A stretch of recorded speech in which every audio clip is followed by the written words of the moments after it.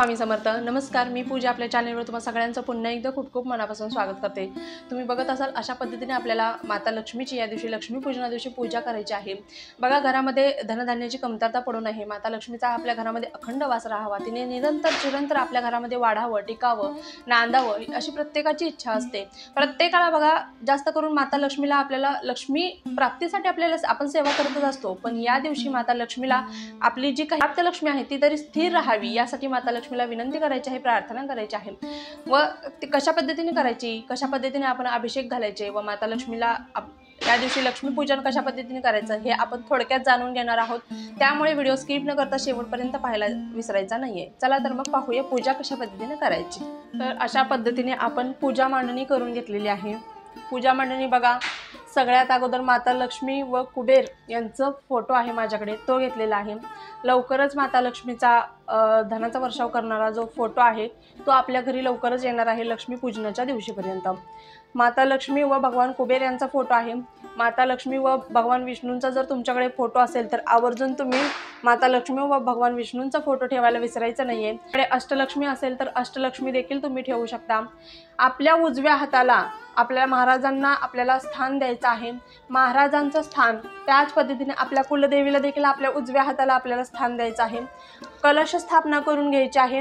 आता मी सगळं ठेवून घेतलेलं आहे कारण व्हिडिओ खूप मोठा होता, म्हणून पहिला कलश ठेवून घेतलेला आहे आपल्या डाव्या हाताला। नंतर माता लक्ष्मी भगवान कुबेर यांचा फोटो आहे। भगवान विष्णूंचा फोटो असेल तर इथेच ठेवायचा आहे तुम्हाला। त्याच पद्धतीने इथे अष्टलक्ष्मीचा आहे, इथे कुलदेवता व इथे आपल्याला आपल्या महाराजांना आपल्या गुरूंना देखील स्थान द्यायचं आहे। आता आपल्याला सगळ्यात अगोदर आपल्या गणपती बाप्पाची स्थापना करून घ्यायची आहे। तर कशा पद्धतीने करायचं ते आता आपण बघून घेऊया।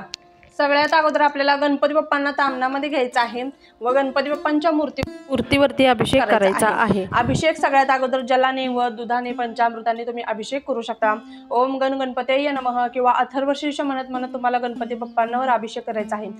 सगळ्यात अगोदर वक्रतुंड महाकाय सूर्यकोटी समप्रभ निर्विघ्नं कुरु मे देव सर्व कार्येषु सर्वदा। वक्रतुंड महाकाय सूर्यकोटी समप्रभ निर्विघ्नं कुरु मे देव सर्व कार्येषु सर्वदा। अथर्वशीर्ष म्हणायचं आहे किंवा ओम गण गणपतये नमः, ओम गण गणपतये नमः या मंत्राचा तुम्हाला जप करायचा आहे। नंतर दुधाने किंवा पंचामृताने ओम गण गणपतये नमः, ओम गण गणपतये नमः या मंत्राचा जप करत दुधाने देखील गणपती बाप्पांना अभिषेक घालून घ्यायचा आहे। दुधाने घातल्यानंतर पुन्हा एकदा तुम्हाला जलाने ओम गण गणपतये नमः म्हणून तुम्हाला मूर्ती स्वच्छ पाण्याने धुवून पुसून त्यांच्या जागेवर त्यांना स्थानापन्न करायचं आहे। अशा पद्धतीने गणपती बाप्पांचा अभिषेक झाल्यानंतर गणपती बाप्पांची मूर्ती उचलायची आहे, स्वच्छ कपड्याने पुसून घेऊन त्यांना त्यांच्या जागेवरती स्थानापन्न आपल्याला करायचं आहे। इथे थोडंसं हळदी कुंकू टाकायचं आहे, अक्षता टाकायच्या आहेत व गणपती बाप्पांच्या मूर्तीची आपल्याला स्थापना करून तिथे घ्यायची आहे। गणपती बाप्पाच्या मूर्तीची स्थापना झाल्यानंतर तुम्हाला आचमन करायचं आहे। आचमन करायला अजिबात विसरायचं नाहीये, कारण आपण कोणत्याही सेवेला सुरुवात करताना अगोदर आचमन करायचं आहे। आता आपण दिवे लावलेले आहेत, दिव्यांना देखील आपण हळदी कुंकू लावून घ्यायचं आहे व त्यांना देखील आपल्याला फूल समर्पित करायचं आहे। दिव्यांना देखील आपल्याला फूल समर्पित करून घ्यायचं आहे। बघा, अशा पद्धतीने अग्नीच्या साक्षीने आपल्याला सेवा करायची असते, म्हणून सगळ्यात अगोदर मी माता लक्ष्मी, महाराज, आपले गणपती बाप्पा ठेवलेले आहेत। आता आचमन करून बाकीच्या देवांची देखील आपल्याला स्थापना करायची आहे। आचमन करण्यासाठी तुम्हाला माहित आहे, सगळ्यात अगोदर बघा, आचमन करण्या अगोदर तुम्हाला मी हे सांगते। बघा, आचमन कसं करायचं। तुमच्या उजव्या हातामध्ये तुम्हाला पाणी घ्यायचं आहे आणि भगवान विष्णूंची 3 नावं घ्यायची आहेत। पहिल्यांदा ओम केशवाय नमः आचमन करून घ्यायचं आहे। ओम नारायणाय नमः आचमन करून घ्यायचं आहे। नंतर तुम्हाला ओम माधवाय नमः आचमन करून घ्यायचं आहे। ओम गोविंदाय नमः म्हणून पाणी हाताने खाली पळीने तामणामध्ये सोडून द्यायचं आहे। हे झालं आचमन। आचमन झाल्यानंतर तुम्हाला संकल्प घ्यायचा आहे। संकल्प घेण्यासाठी तुम्हाला तुमच्या उजव्या हातामध्ये थोड्याशा अक्षता घ्यायच्या आहेत। अक्षता घेतल्यानंतर अक्षता घेतल्यानंतर अक्षतावरती थोडंसं हळदी कुंकू टाकायचं आहे, एक फूल घ्यायचं आहे व एक थोडंसं पाणी, चमच्याभर पाणी, अक्षता ओल्या होतील एवढंच पाणी तुम्हाला तुमच्या हातावरती घ्यायचं आहे. आणि नंतर तुम्हाला संकल्प घ्यायचा आहे, तुमचं नाव बोला, तुमचं गोत्र बोला व तुम्ही कोणती सेवा करत आहात. लक्ष्मीपूजना दिवशी आज मी माझ्या घरामध्ये लक्ष्मी माते तुझी सेवा करत आहे, तुझा वास घरामध्ये अखंड राहावा, तू निरंतर चिरंतर घरामध्ये वाढावी, टिकावी, नांदावी, घरामध्ये सुख समृद्धी ऐश्वर्य धनधान्याची कशाचीच कमी पडू देऊ नको, प्रत्येकाला आयु आरोग्य लाभू दे. त्याच पद्धतीने घरामध्ये कशाचीच कधीच आर्थिक परिस्थिती येऊ नये, जरी आलीच तर तुझ्या सेवेने ती संकट सगळी पार व्हावीत अशी माता लक्ष्मीला प्रार्थना करायची आहे. व नंतर तामणामध्ये आपल्याला तामण एक ठेवायचं आहे समोर व पळीने पाणी तामणामध्ये आपल्या हातावरून खाली सोडायचं आहे. अशा पद्धतीने संकल्प घ्यायचा आहे. संकल्प घ्यायला विसरायचा नाही, कारण संकल्प घेतल्याशिवाय कोणतीच सेवा पूर्ण होत नाही, अपूर्ण राहते. त्यामुळे सेवेला संकल्पाला अतिशय महत्त्व आहे, त्यामुळे संकल्प घ्यायला अजिबात विसरायचा नाही. अशा पद्धतीने प्रत्येकाने संकल्प घ्यायचा आहे.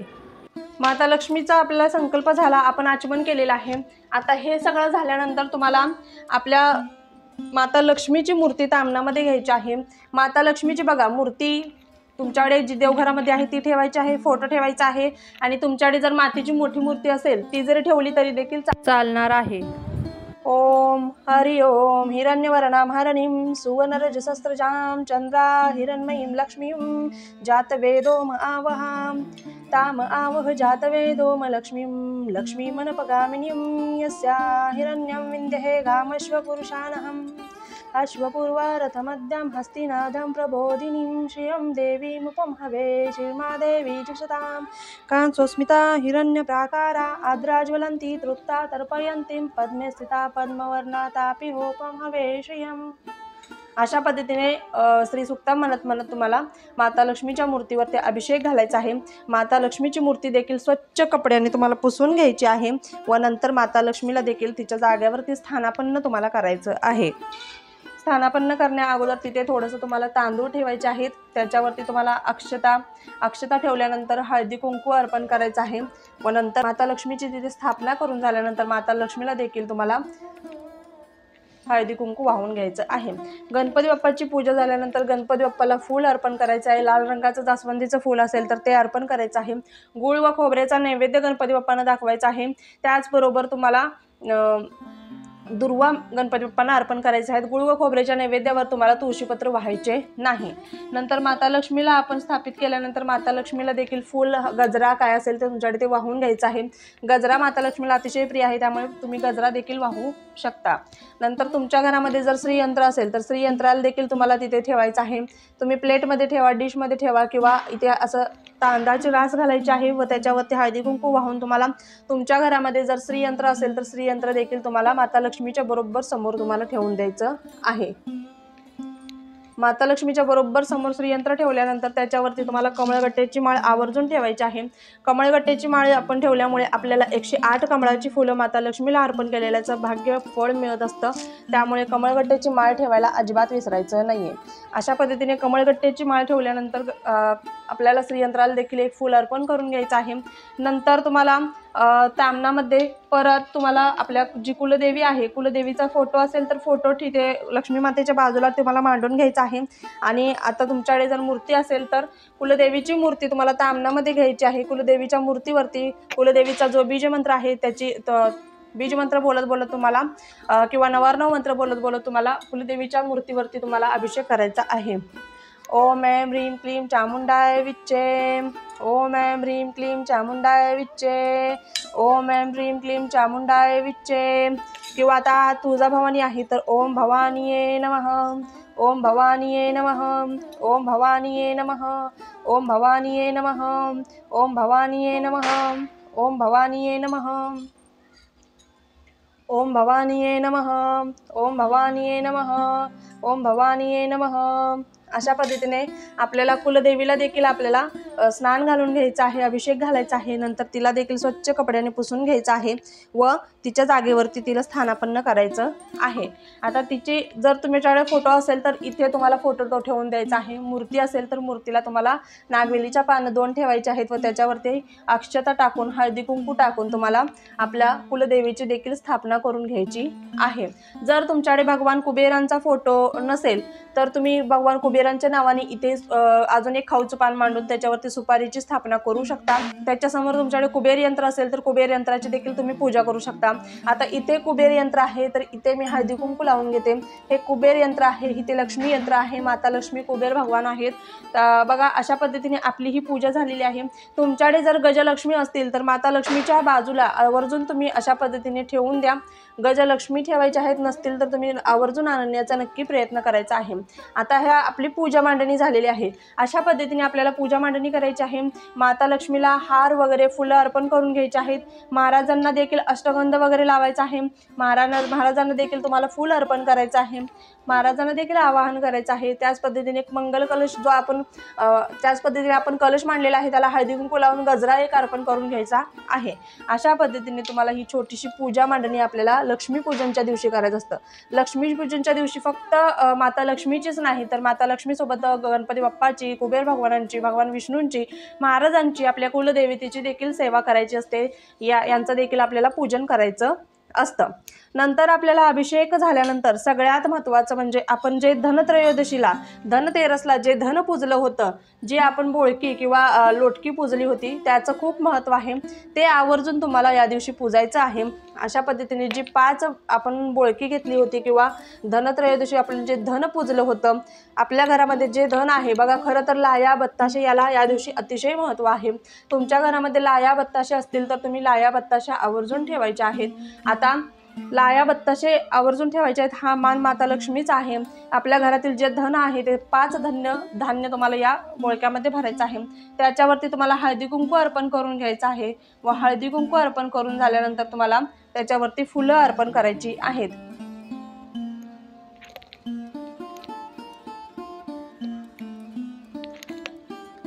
त्याच्यावरती तुम्हाला एक एक फूल अर्पण करायचं आहे. अशा पद्धतीने तुम्हाला या लोटक्यांची, आपल्या धान्याची देखील पूजा करून घ्यायची आहे. अशा पद्धतीने पूजा करून झाल्यानंतर तुम्हाला इथे दिवे लावून घ्यायचे आहेत. जितके जास्त तुम्ही घरामध्ये आपल्या प्रकाश कराल तितकं जास्त त्याचं फळ तुम्हाला मिळणार आहे. त्यामुळे जर तुमच्या घरामध्ये दिवे असतील, जितके जास्त दिवे लावाल तितके जास्त तुम्ही दिवे लावण्याचा प्रयत्न करायचा आहे. हे आपली छोटीशी पूजा मांडणी झालेली आहे. नंतर जी तुम्ही पोटली बनवणार होता, जी सेवा करणार होता, ती पोटली देखील तुम्हाला सगळं झाल्यानंतर, सेवा वगैरे करून झाल्यानंतर माता लक्ष्मीच्या पुड्यामध्ये तुम्हाला ही पोटली ठेवून द्यायची आहे. व जो काही फराळीचा नैवेद्य केलेला आहे त्याचा अतिशय मान असतो या दिवशी माता लक्ष्मीच्या याला. तो फराळीची थाळी तुम्हाला इथे ठेवून द्यायची आहे. व जी आपण केरसुनी किंवा शिरई आणली होती तिला देखील इथे कलावा बांधायचा आहे व कलावा बांधून तुम्हाला इथे पूजन तिचं करायचं आहे. तिला देखील इथं ठेवायचं आहे. तिचा देखील या दिवशी मान सन्मान करायचा आहे. तिला देखील हळदी कुंकू अर्पण करून घ्यायचं आहे व हळदी कुंकू अर्पण करून घेतल्यानंतर तिला देखील एक फूल अर्पण करून घ्यायचं आहे.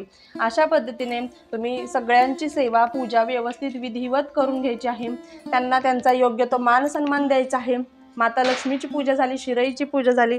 नंतर तुमच्या घरामध्ये जे काही धन असेल त्या धनाची तुम्हाला पूजा करायची आहे.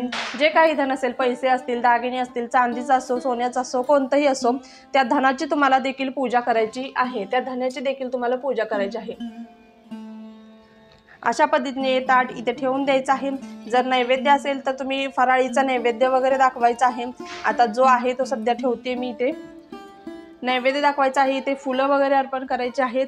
बघा त्याच पद्धतीने आता आपण हे धन वगैरे सगळं पुजलं तर या दिवशी सेवा काय करायच्या, कोणकोणत्या सेवा करायच्या, तर बघा या दिवशी तुम्हाला 16 वेळा श्रीसूक्तमचे पठण करायचे आहे. नंतर तुम्हाला 16 वेळा महालक्ष्मी अष्टकमचे पठण करायचे आहे. नंतर तुम्हाला विष्णू सहस्त्रनामाचे पठण करायचे आहे. विष्णू सहस्त्रनामावलीचे पठण करायचे आहे. आता ताई आम्हाला वाचता लिहिता येत नाही तर तुम्ही आवर्जून तुमच्या यूट्यूब चॅनेलला लावून द्या. यूट्यूबला लावून दिल्यानंतर बघा त्यांच्या मागे बोलण्याचा प्रयत्न करा, नाही तर फक्त लावून दिलेला आहे मी बोलतच नाही, माझं लक्षच नाही, असं काही करू नका. श्रवण जरी केलं तरी देखील चालणार आहे, लिहिता वाचता येत नसेल तर. नंतर तुम्हाला 16 वेळा विष्णू गायत्री मंत्र म्हणायचा आहे, 16 वेळा लक्ष्मी गायत्री मंत्र म्हणायचा आहे, 16 वेळा कुबेर मंत्र म्हणायचा आहे. नंतर 16 वेळा तुम्हाला 9 मंत्र म्हणायचा आहे. नंतर एक माळ आपल्याला तुम्हाला आपल्या महाराजांची घ्यायची आहे. नंतर तुम्हाला 16 वेळा तुमच्या कुलदेवतेचा जो बीज मंत्र असेल तो कुलदेवतेची देखील सेवा या दिवशी भरभरून करायची आहे. आवर्जून तुम्हाला कुलदेवतीच्या मूर्तीवरती किंवा श्रीयंत्रावरती किंवा माता लक्ष्मीच्या मूर्तीवरती या दिवशी तुम्हाला कुंकुमार्चन करायचं आहे. कुलदेवतेची किंवा माता लक्ष्मीची आवर्जून या दिवशी ओटी भरता येत असेल तर ओटी आवर्जून भरायची आहे व कुंकुमार्चन करायला अजिबात विसरायचं नाही आहे. या दिवशी मान्य आहे भरपूर सेवा करायच्या आहेत आपल्याला, पण या सेवा अतिशय महत्त्वाच्या आहेत, त्यामुळे या सेवा करायला अजिबात विसरू नका, प्रत्येकाने करायच्या आहेत. अशा पद्धतीने आपण साधी सोपी पूजा मांडणी केलेली आहे. तुम्ही बघू शकता खूप छान पद्धतीने आपण पूजा मांडणी करू शकतो. आता प्रकाशित वगैरे आपण काही केलेलं नाही, तुम्ही खूप छान पद्धतीने डेकोरेशन करू शकता. तुम्हाला जितके जास्त होतील तितके तुम्ही दिवे लावू शकता, त्याला प्रकाशित करू शकता. आपलं घर या दिवशी दिव्यांनी उजळवून काढायचं आहे, दिव्यांनी लख्ख प्रकाशात आपलं घर उजळवून काढायचं आहे. धूप दीप अगरबत्तीचा जितका जास्त होईल तितका जास्त वापर आपल्याला या दिवशी करायचा आहे. त्याच पद्धतीने बघा, माता लक्ष्मीची जर मूर्ती असेल तुमच्याकडे तर तिला अभिषेक, माता लक्ष्मीला तर अभिषेक घालावाच लागतो, तर कसं घालायचा बघा. तुमच्याकडे जर मूर्ती असेल तर अशा पद्धतीचं एक फूल घ्यायचं आहे, पाण्यामध्ये तुम्हाला डिप करायचं आणि माता लक्ष्मीच्या मूर्तीवरती फक्त तुम्हाला ओम श्री महालक्ष्मी देवै नमः किंवा कमलात्मक मंत्र म्हणत ओम श्रीम ह्रीम श्रीम कमले कमलाय प्रसिद्ध प्रसिद्ध श्रीम ह्रीम श्रीम ओम महालक्ष्मी देवै नमः अशा पद्धतीने पाण्याचा शिडकाव फक्त त्या मूर्तीवरती आपल्याला करायचा आहे. असा जरी अभिषेक केला तरी देखील चालणार आहे. लक्ष्मी आहे, नंतर आपल्याला माता लक्ष्मी, कुबेर भगवान आहेत, कुबेर हा मंगल कलश आहे. इथे तुम्हाला दिसत असेल ही पोटली आपण तयार केलेली, सेवा झाल्यानंतर पोटली तयार करायची, त्याच्यावरती देखील सेवा आपल्याला करायच्या आहेत. नंतर इथे शिरई पूजलेली आहे, इथे आपण आपल्या कुलदेवीची पूजा केलेली आहे, इथे माता लक्ष्मीची पूजा केलेली आहे, तिच्या बाजूला गणपती बाप्पाचं स्थान आहे, समोर आपण श्रीयंत्र गजलक्ष्मी पूजलेले आहे व या 5 धान्याच्या आपल्या लोटकी आहेत व जे काही घरामध्ये जे धन आहे आपलं ते धन आपल्याला या दिवशी पूजायचं आहे. मग किती धन असो तुमचं ते पूजायचं. जी प्राप्त लक्ष्मी आहे आपल्याला ती तरी स्थिर राहावी यासाठी माता लक्ष्मीला या दिवशी आवर्जून तुम्हाला प्रार्थना करायची आहे. त्यामुळे प्रत्येकाने ही सेवा करायला अजिबात विसरायचं नाहीये. तुम्हाला जर व्हिडिओ आवडला असल्यास व्हिडिओला लाईक करा, शेअर करा, सबस्क्राईब करा. पुन्हा एकदा भेटूया अशाच एका नवीन व्हिडिओसोबत. तोपर्यंत झालेली सेवा स्वामींचरणी रुजू करते. श्री स्वामी समर्थ. धन्यवाद.